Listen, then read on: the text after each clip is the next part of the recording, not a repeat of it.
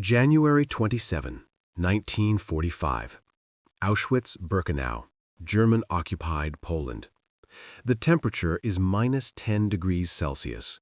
Snow falls thick and silent on the barbed wire and watchtowers.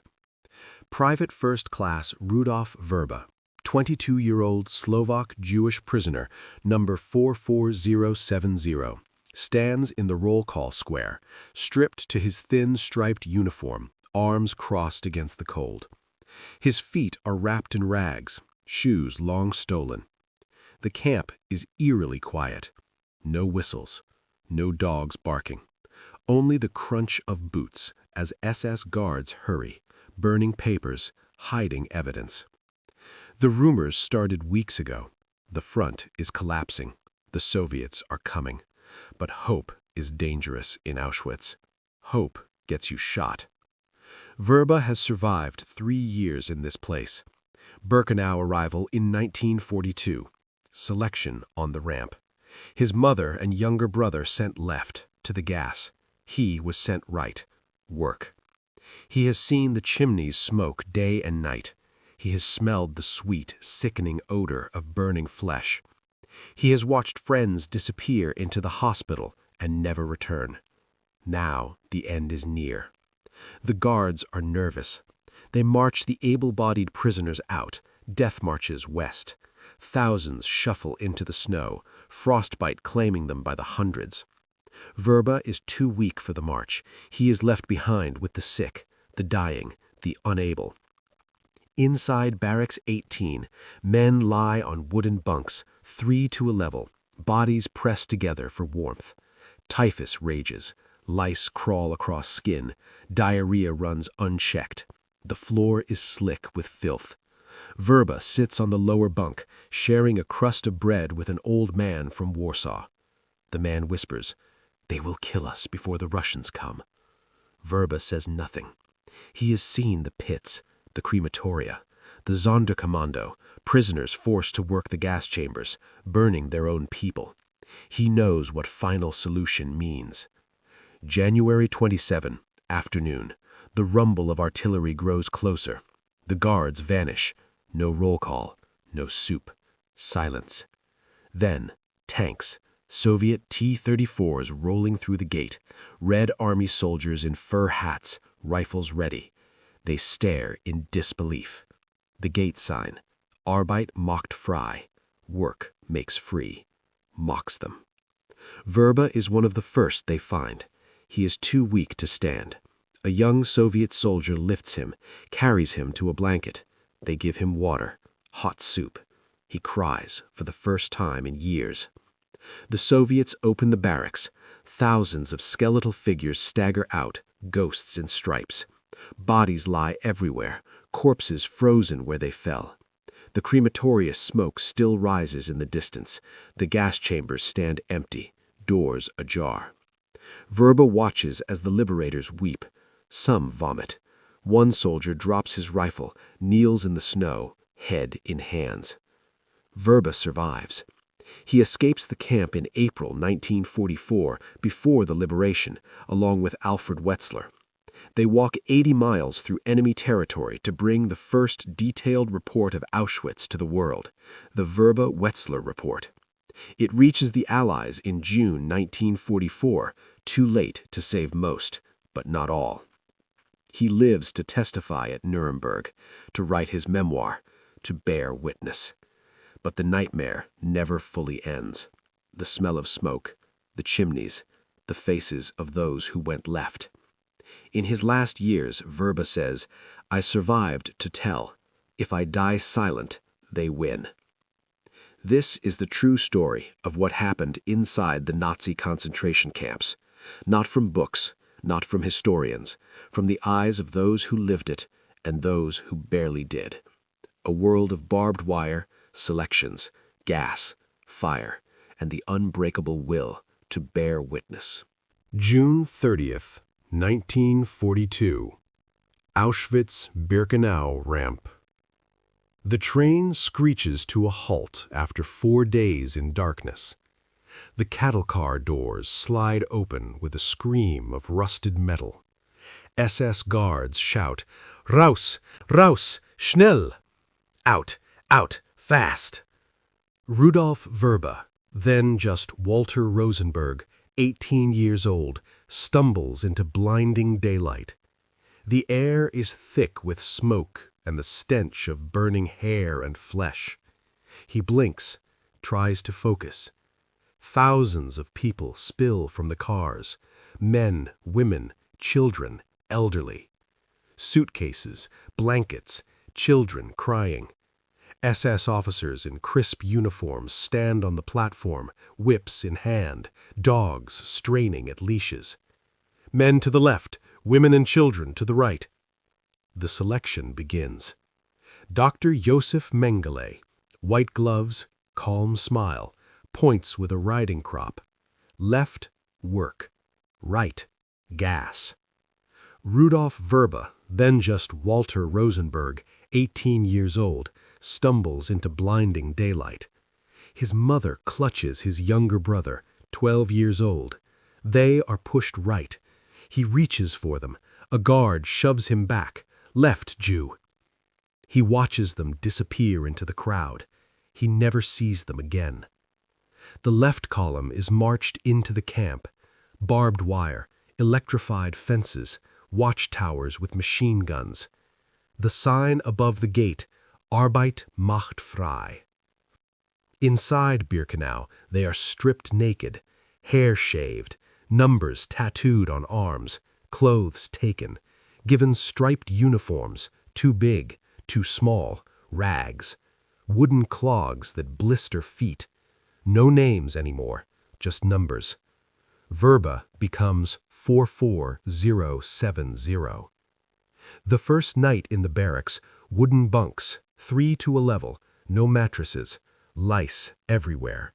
Men packed so tight they sleep standing. The capo, prisoner overseer, beats anyone who makes noise. In the morning, roll call. Hours in the cold. Men collapse. The sick are dragged away. Hospital, they say. No one returns from the hospital. Vrba learns quickly. Survive means obey. Stay invisible. Steal food when possible. A crust of bread hidden in a sock. A sip of watery soup from the bottom of the pot. Thicker there. He is assigned to the Sonderkommando, sorting the belongings of the new arrivals. Mountains of suitcases, shoes, clothes, toys, hair. He finds a photo of a family.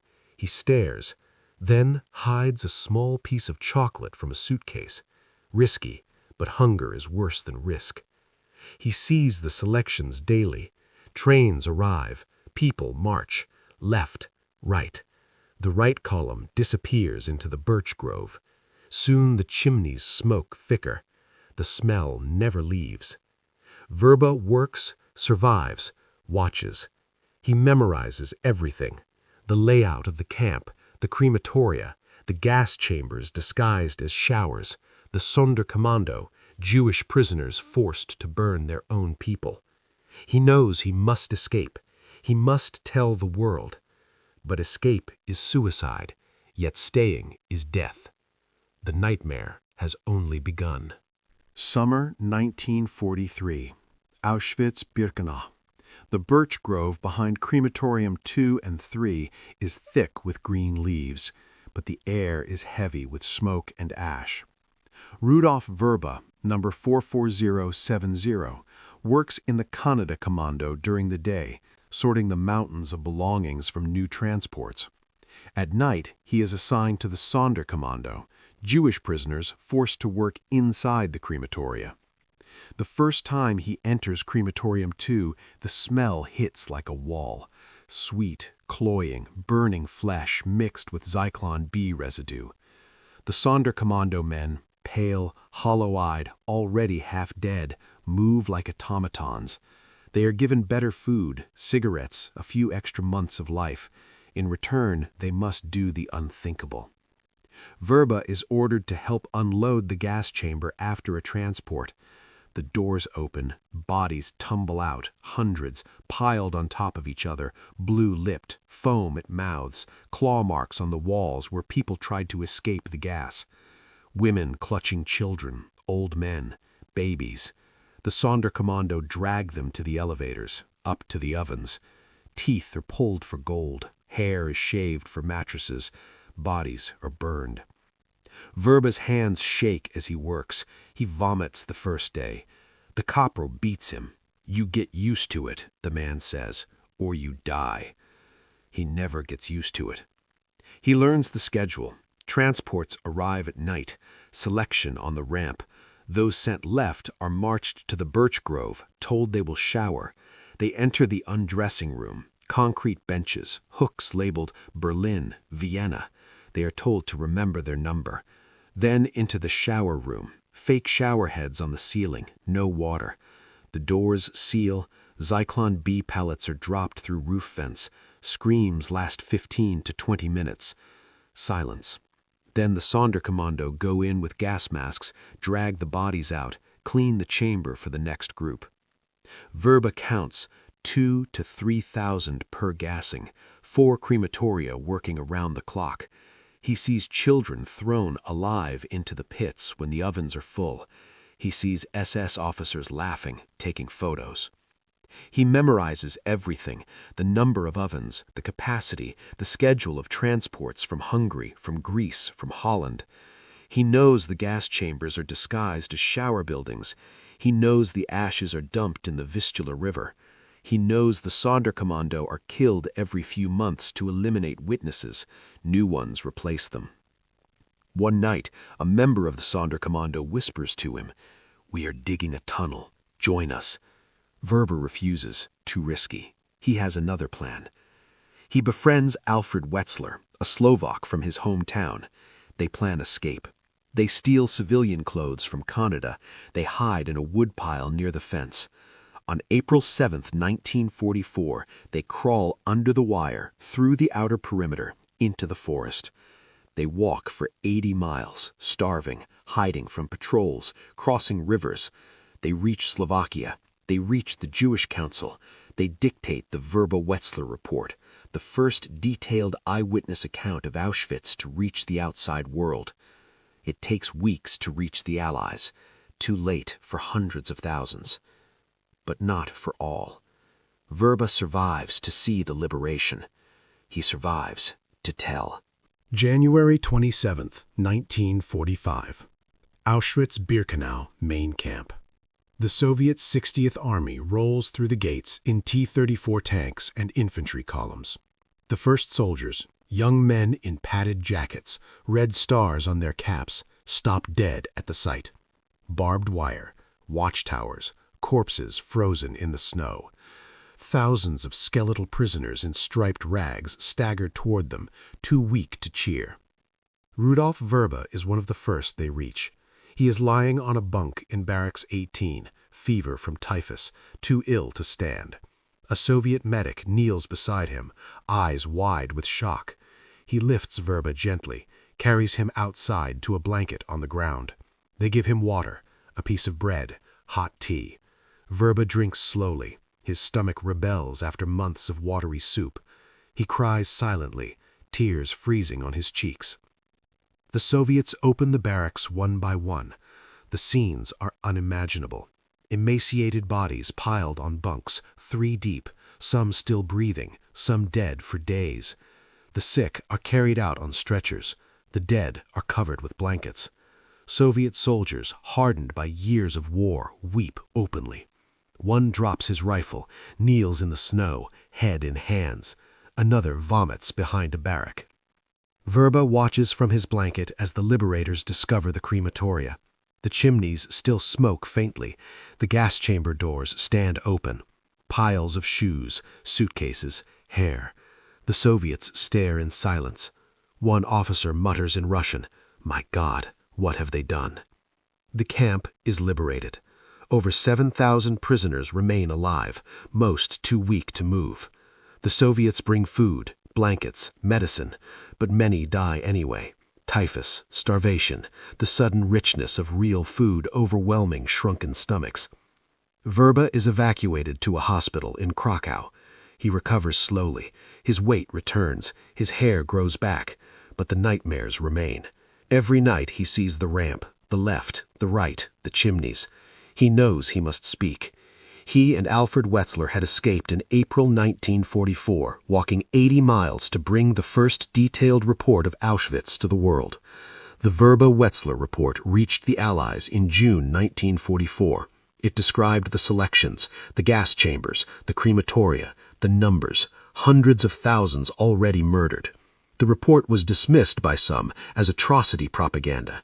Too late to save most of the Hungarian Jews deported that summer. Over 400,000 gassed in weeks.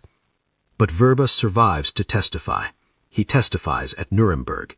He writes his memoir, I Escaped from Auschwitz. He speaks in schools, at conferences, on television. He refuses to be silent. In his later years, living in Canada, he says, I survived so the world would know. If we are silent, the murderers win twice. He dies in 2006 at 82. His last words to his family, tell them, always tell them. The gates of Auschwitz stand open today. The barracks are silent, the chimneys are cold, but the memory burns. This is what really happened inside the Nazi concentration camps. Not statistics, not history books. From the eyes of those who lived it, day by day, selection by selection, until the day the world finally saw. A world of barbed wire, ash, and the unbreakable will to bear witness.